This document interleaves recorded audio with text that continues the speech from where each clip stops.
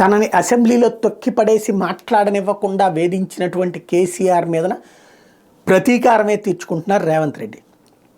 తాజాగా రేవంత్ రెడ్డి కేసీఆర్ అంటే తెలంగాణ రాష్ట్ర సమితికి సంబంధించి దమ్ముంటే అసెంబ్లీకి రమ్మను, ఫామ్ హౌస్లో పడుకోవద్దంటూ కేసీఆర్ని గురించి రెచ్చగొట్టే ప్రకటనలు చాలా పర్ఫెక్ట్గా చేసుకుంటూ వచ్చారు. పార్టీ నాయకులందరితో రేవంత్ నిలదీపించారు. తద్వారా టీఆర్ఎస్ వాళ్ళు రెచ్చిపోతారని తెలుసు.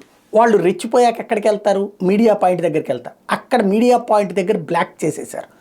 గతంలో కాంగ్రెస్ శ్రేణుల్ని ఏ పాయింట్ మీద అడ్డుకున్నారో ఇప్పుడు సేమ్ బీఆర్ఎస్ శ్రేణులను అడ్డుకున్నారు. ఏంటి అంటే అసెంబ్లీలో ఒక నిబంధన ఉంది. నేను అక్కడ ఫీల్డ్లో ఉద్యోగం చేసినప్పటి నుంచి కూడా ఆ నిబంధన ఉంది. బయట మీడియా పాయింట్ ఉంటుంది. మీడియా పాయింట్లు ఏంటంటే అసెంబ్లీ సెషన్ జరుగుతూ ఉండగా మీడియా పాయింట్ దగ్గర మాట్లాడకూడదు. అసెంబ్లీ సెషన్ పూర్తయిపోయాక లేదా బ్రేక్ టైంలో మీడియా పాయింట్ దగ్గరకు వచ్చి మాట్లాడాలి. ఆ మధ్యలో కనుక మాట్లాడుతుంటే ఆపే అధికారం అక్కడ ఉన్నటువంటి పోలీసులకు ఉంటుందన్నమాట.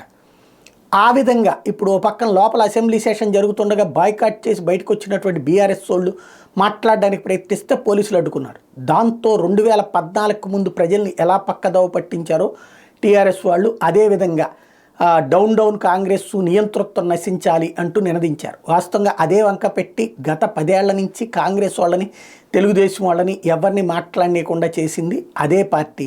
కాకపోతే ఇప్పుడు 6 నెలలు సావాసం చేస్తే వారు వీరవుతారంటారు. 10 ఏళ్ల పాలన తర్వాత వారు వీరయ్యారు. ఆనాడు వాళ్ళని ఎలా వేధించారో ఇప్పుడు వీళ్ళు అదే వేధింపులు ఎదుర్కొంటున్నారు.